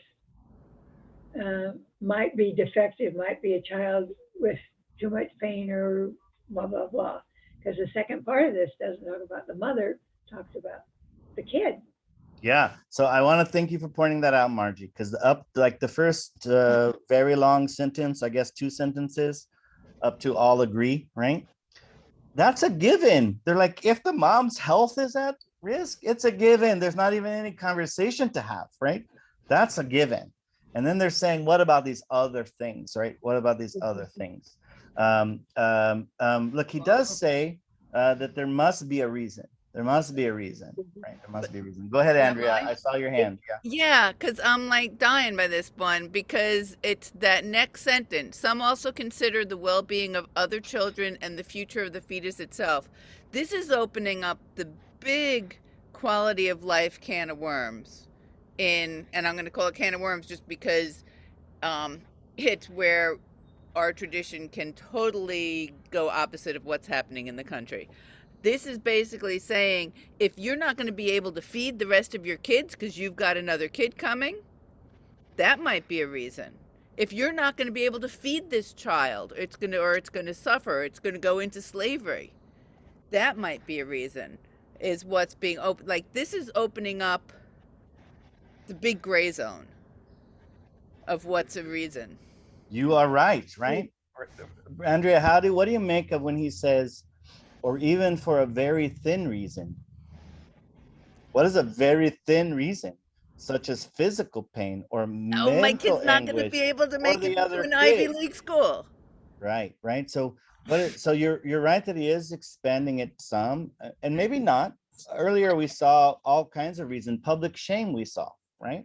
We saw public shame before, like it'll affect this family. Like we saw quality of life for everybody, not just the fetus, right? So Margie's saying, look, this is the first time that she's hearing or picking up on, right, that, or it's explicitly written that, oh yeah, there is a fetus involved, right? There is a fetus involved, and we don't take that frivolously at all, right? At all. And we're just saying that there are these other cases. So, right, look, he says, all agree that there must be a reason to justify the destruction of a potential person, right, that the fetus will become. There has to be some reason, right? And then he adds this bit at the end, which Megan picked up on to say, and one of those reasons, now that we have different medicine and tests and things like that, is like the child might not have a very good quality of life, or they might not be viable outside of the womb, or all kinds of other things. So you're right, Andrea, that this is different than a lot of the conversation that's happening locally. If you look at the majority, almost all, not all, there's some Orthodox communities that fall right in line kind of with the more right side of the conversation in America. But if you look at most everyone else, you'll see that they're picking up on a First Amendment problem. Our tradition just teaches something about our religion different, right? That would put that in conflict. So, and you're right that it opens it up, and maybe you don't like it. Maybe some people are still uncomfortable, right? Maybe they are. And that's okay. That's okay. It's a serious topic. It's a serious topic. Sally, I saw your hand. Yeah. So as I read this, I'm trying to figure out, is there any reason they're saying that would justify anyone wanting not? Well, I guess, is there any reason why they would say, no, you can't? Yeah, Sally says a very thin reason, right? Is there anything that doesn't qualify as a very thin reason? So I'm glad you asked. Thank you for asking, because just in the 1980s, we have other friends of his, Rabbi Abelson, on the law committee that do not like what he's writing. Right? They seem that it's open too wide, it's too much, right? So what you'll see is the following. These are some reactions to what he wrote, right?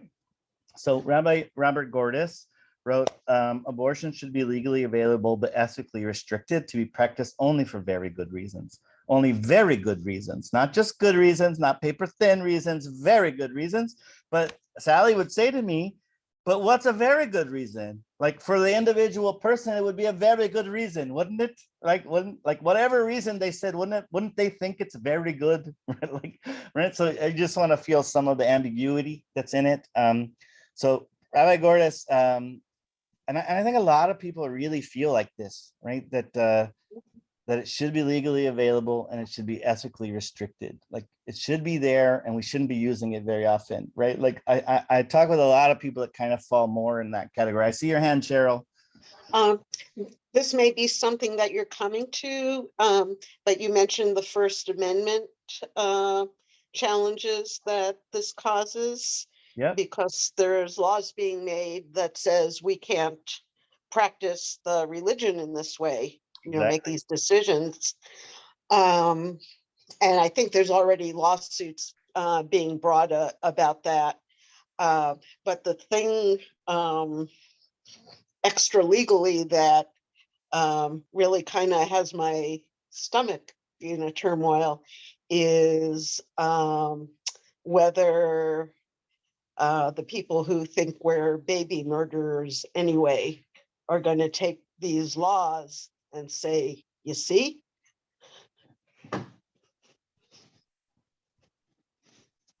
Yeah, that's like a lot. I also, along that same lines, am really concerned about just the whole anti-Semitic, what will happen when when we are, saying, hey, what about our freedom to practice our religion, and going against a very emboldened, and I'm just being general here, but the Christian outlook, like this is, a celebrated decision in their minds. And now look at what these Jewish people are trying to do. And I'm concerned, being Jewish, what that's going to be. Yeah, I appreciate both of you vocalizing that, right? Yeah.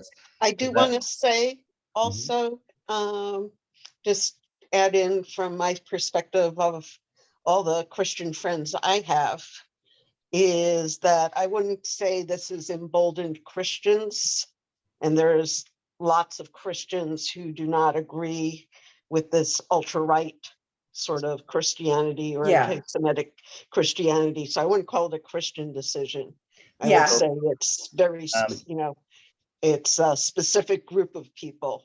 And well, I only want to say a couple of things about this. Like, and one of the reasons why I think it's very, very hard to even talk about it, right? I think why it's very hard to talk about it is someone wrote to me this week sharing like this is a political idea and I shouldn't be talking about it. And I said, no, this is a Jewish ethical idea and we have to talk about it, right?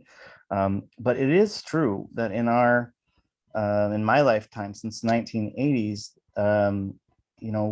there's this been idea about wedge issues where politically it's deemed viable to take issues that divide people and then lift those up. Those are the issues, right? Those are the issues and it's a strategy. It's done on purpose, right? It's done on purpose, these wedge issues.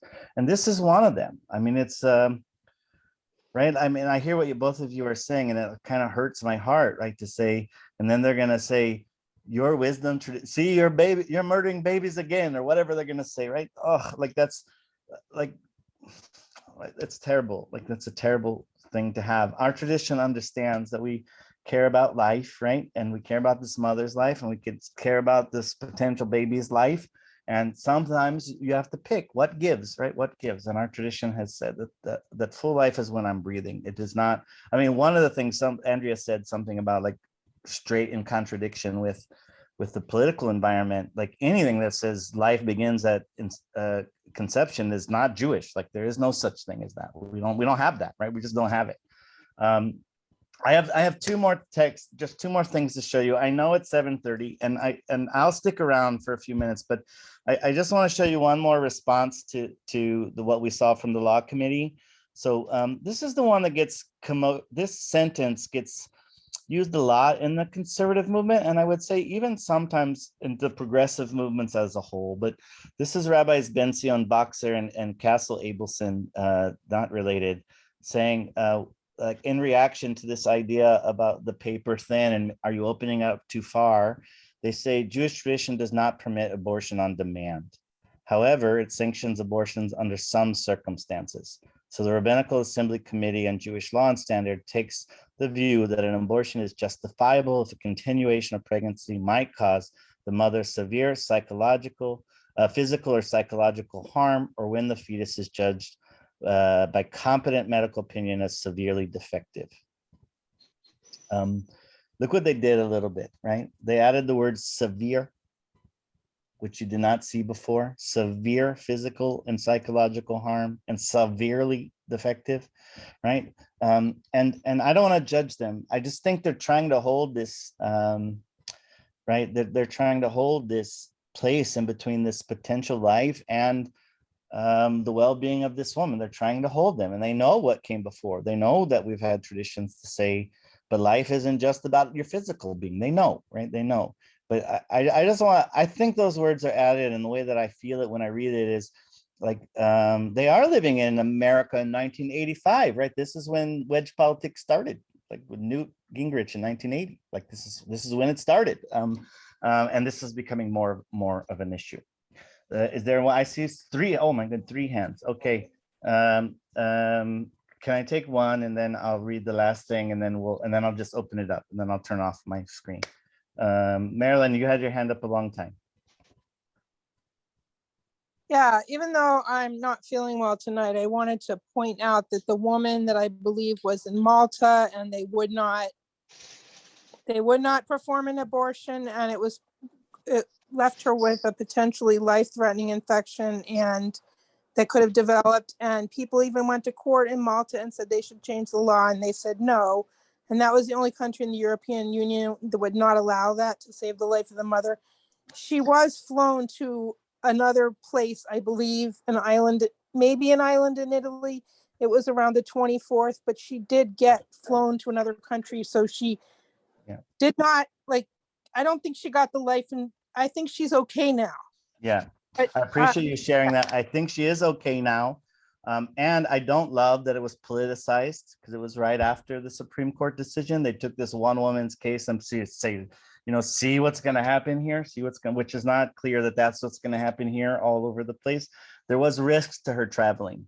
Like that was the thing. They could have done it there, but they didn't allow it. And there was risk for her not getting it done. And there was risk to her traveling. I do think she's okay also. So I appreciate that. I just want to share with you, this is the Rabbinical Assembly, which I'm a part of. They put out statements often reacting to things happening in the world, where they take moral and ethical stands about what's going on. Some rabbis get really mad at them for doing that, because they say, you don't know my community, you don't know what's best for the people where I am, and you're causing me troubles by releasing this stuff. There's a real feeling that you have to stand for some things, right? You have to be able to do it. This is right after the Supreme Court decision was announced. And this is their statement, and then I'll just open it up. So the Committee of Jewish Law and Standards of the Rabbinical Assembly has repeatedly affirmed the right of a pregnant person to choose an abortion in cases where continuation of a pregnancy might cause severe physical or psychological harm, or where the fetus is judged by competent medical opinion as severely defective. You know exactly where that language comes from, right? From 1985. So this position is based on our members' understanding of relevant biblical and rabbinic sources, which compel us to cherish the sanctity of life, including the potential life during pregnancy, and does not indicate that personhood and human rights begin with conception, but rather with birth, as indicated by Exodus 21, 22 to 23, which we looked at. Based on our understanding of Jewish tradition and religious freedom, the Rabbinical Assembly supports the right to full access for all those who need abortions to the entire spectrum of reproductive health care, and opposes all efforts by governmental, private entities, or individuals to limit or dismantle such access. Denying individual access to the complete spectrum of reproductive health care, including contraception, abortion, inducing devices and medications, and abortions, among others, on religious grounds, deprives those who need medical care of their constitutional right to religious freedom. Imposing civil and criminal consequences for clergy assisting their constituents as guided by halacha deprives our members of a fundamental element of clerical practice incompatible with Jewish values. They were protecting me in the last sentence. That was nice of them to do. All right, I'm going to turn that off, and I see some hands. So let's go. So Marilyn, okay, let's go. Kathy, go ahead, and then we'll go to Trudy, and then Margie, and then Marilyn. If you need to go off, please, like, do what you need. I want to be respectful of your time. And I told you, I don't know the right answers to all these things. I do think it depends, but I hope you saw a few things, right? By far, the majority opinion in Jewish law is, right, the first 40 days is Mayim Ba'alma. Life begins once with birth, as they wrote in that thing. And you see the rabbis trying to grapple with these other categories. And you see physical health is a given. If the woman's physical health is in danger, it's a given. It doesn't matter when, where, how, it doesn't matter. And then there are these other factors, like you saw with the affair, we saw with rape, you saw with other things that would, like, destroy a family or destroy a woman's life. You see that we've been dealing with those for a long time. And the majority opinions are that it's not just physical, right? But once they made that choice that it's not just a physical threat, but it's a psychological, then they said, maybe we need to limit it. Maybe it needs to be only during this period. Maybe it's different when it looks like life, where I feel, you know what I mean? So you see, I just want you to see that. So from a Jewish perspective, that's the beginning of this conversation. And it's the stuff that you're probably not going to read in the newspaper, and you're not going to see on CNN or NBC or Fox or something like that, right? It's probably not going to be that way. So yeah, so Kathy, go for it. Have you heard of Rabbi Dr. Eddie Reichman? Are you familiar with him? He's an Orthodox medical ethics person. Yeah. And he speaks every year at this, it's a Chabad convention, basically. And he said pretty much exactly the same things that you said. Oh, because neither of us said anything original. We just shared with you the sources. No, but it's just interesting, right? Because he's an Orthodox authority, I guess. I mean, he just wrote a giant book, which I'm reading. But Kathy, just one second. Anyway, so just so everybody knows, just so everybody has like a framework for this kind of stuff, Orthodoxy is new.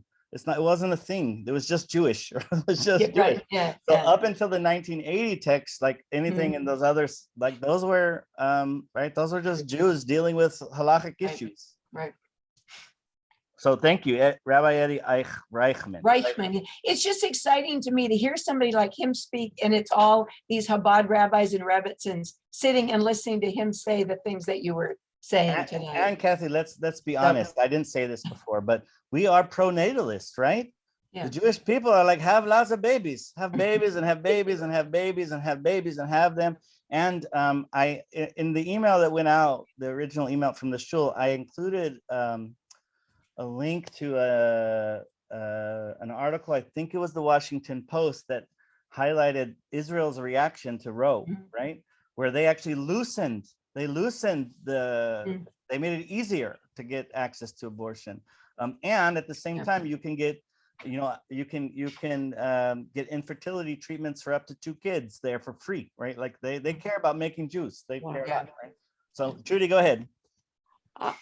Well, my concern beyond this, I mean, it seems, and whoever said it's not, it's certainly not all Christians, but that small body of Christians is making law that affects everybody else in this country. And it's the separation of church and state is like gone as far in my, I suffer with that there's more and more happening that is saying, I don't have rights.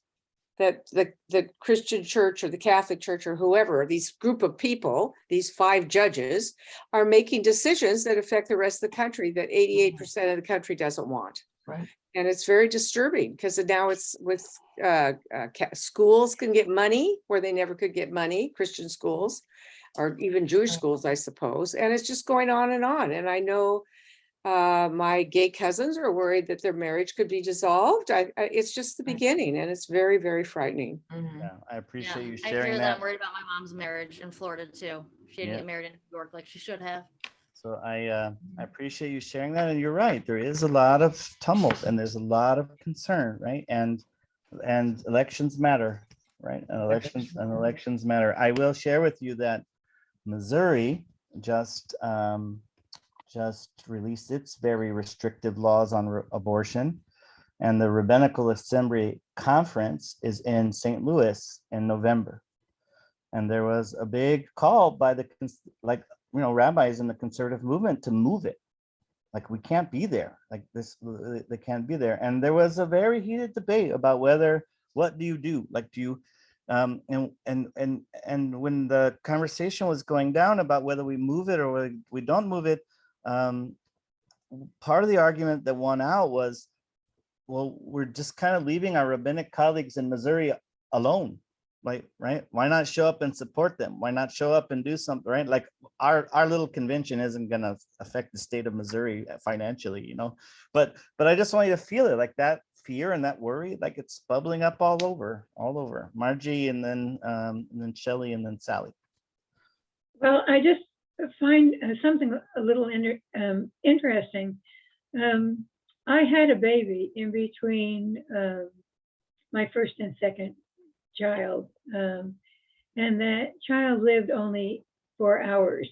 And Rabbi Geller took care of taking the child to who was premature, taking the child and burying him at the cemetery. And he told us at that time that there was no saying Kaddish because the child had not lived the 8 days of male, and he'd not lived 8 days. And if he had been a she, that child would have had to live 30 days before recognizing the child as a human that one would say Kaddish for. So I think there's somewhat of a connection between when do you recognize a child as a living, viable person. I don't know whether the same rule applies or whether that was Orthodox or whatever, but it does talk to the fact that, not only was a child born, but the child had no life before it died. He only lived 4 hours. And so there was no, it's as if he didn't exist. Yeah, well, I think firstly, I want to thank you for sharing that. And that is halacha. That is not just Orthodox halacha, that's all halacha. And for some people, they find it comforting, and some people, they find it terrible, right? To say, like, no, this baby did exist. This baby was real, right? And to not recognize it becomes very, very challenging.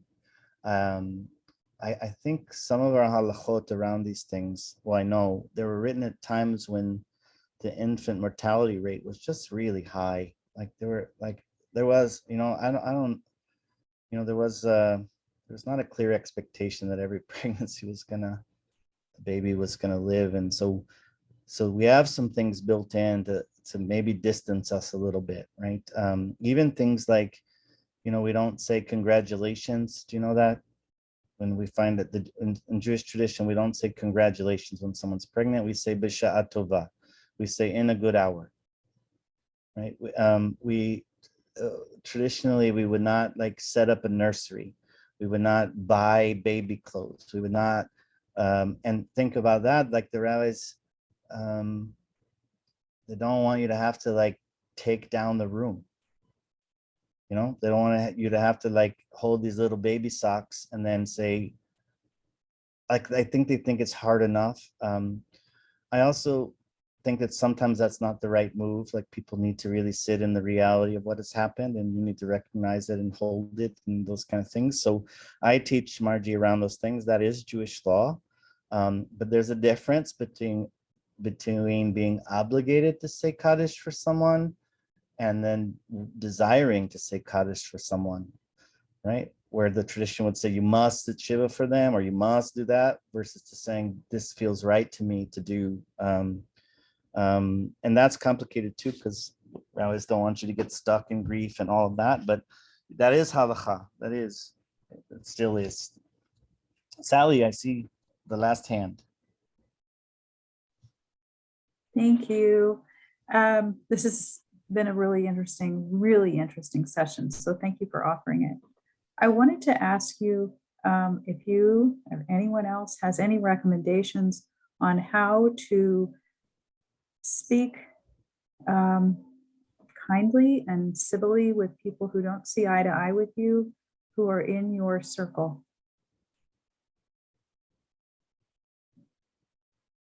You want me to answer that? If you could, please. Well, I think there's a huge difference between trying to understand someone and agreeing with them.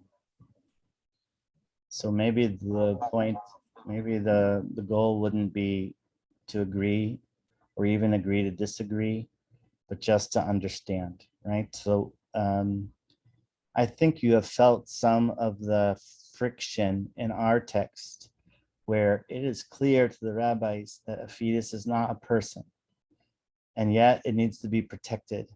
And yet it's not abortion on demand as the one rabbis wrote, right? And they do feel a real tension and friction between those things. So if it's someone you care about and you're in a relationship and you love them and all that, I would just say seek to understand them. And if they, and maybe they can seek to understand me. I have a good friend who many of you know is a pastor on the other side of the river in Vancouver. And we've had these conversations, right? And it's funny, he often finds some liberation in our texts. Like our rabbis are willing to go pretty far often and think these things through, but he doesn't agree with me. Like he thinks I'm wrong, you know, he thinks I'm wrong. By the way, the First Amendment conversation with him was more effective than any when does life begin? Like anything. Like he was like, oh yeah, I can understand why that would be troubling. I think he still wants it, but like right, like you can understand. Like I heard some of the comments from here saying like this is a hard conversation and what will they say, and the minority making rules for the majority, and when this issue has been set like at the heart of these wedge issues in politics, it is no wonder that we can't talk about it at all, right? It's been designed, the conversation is meant and sensationalized, meant to do this to us, is to divide us, right? Is to divide us. But any sensitive conversation about when life begins, that's a pretty awesome, giant conversation, right? To say, when is it? So how would you answer, like in our tradition, how would we answer it? That's why I started with how much we care about life. We care about life, right? We care. And it's just sometimes you have to prioritize these things. I don't have a good answer because I don't know in these extremes and these polls that we're even willing to listen to each other. So I think if we can do that, there's a chance, at least if there's a chance to just try to understand, not be right or wrong, but to say, why do you think what you think? Tell me about that. Why does it matter? Can you tell me more? right? Just with like trying to leave that judgmental side and then just go with them. If it's not someone you care about, that's almost impossible to do, right? That's almost impossible to do. But all right, I see one more, Kathy. I don't have a good answer. Sorry, Sally. I mean, I bet we could find someone with a good answer, but I don't have one. I just wanted to say, I'm living in Arkansas right now. And so consider yourself really lucky that you all live in Oregon, because it's really bad. It's really bad down here. I mean, Arkansas and all the states around us, it's just, anyway, I'm moving back to Portland. For those two of you that I know here, I'm moving back to Portland in a couple of weeks, living up the street from Sherry Torres. So I may be back after all these years, but anyway, it's just, yeah, it is not a time to be living down here in this part of the country. Hey, tell me, I'm in Florida. Oh yeah. Yeah. Oh my God. Yeah. But Yeah. I need to say, I love Florida. I do not like the politics, clearly. I have some good neighbors. I have some good family, and I need to vote as a Floridian. And yeah, I big will. schlep. Big schlep. My mom lives in Texas. I always ask her, how can you stay there? How can you stay there? How can you stay there? Right. But you're right. You need folks that will show up to vote there too. Yeah. Yeah.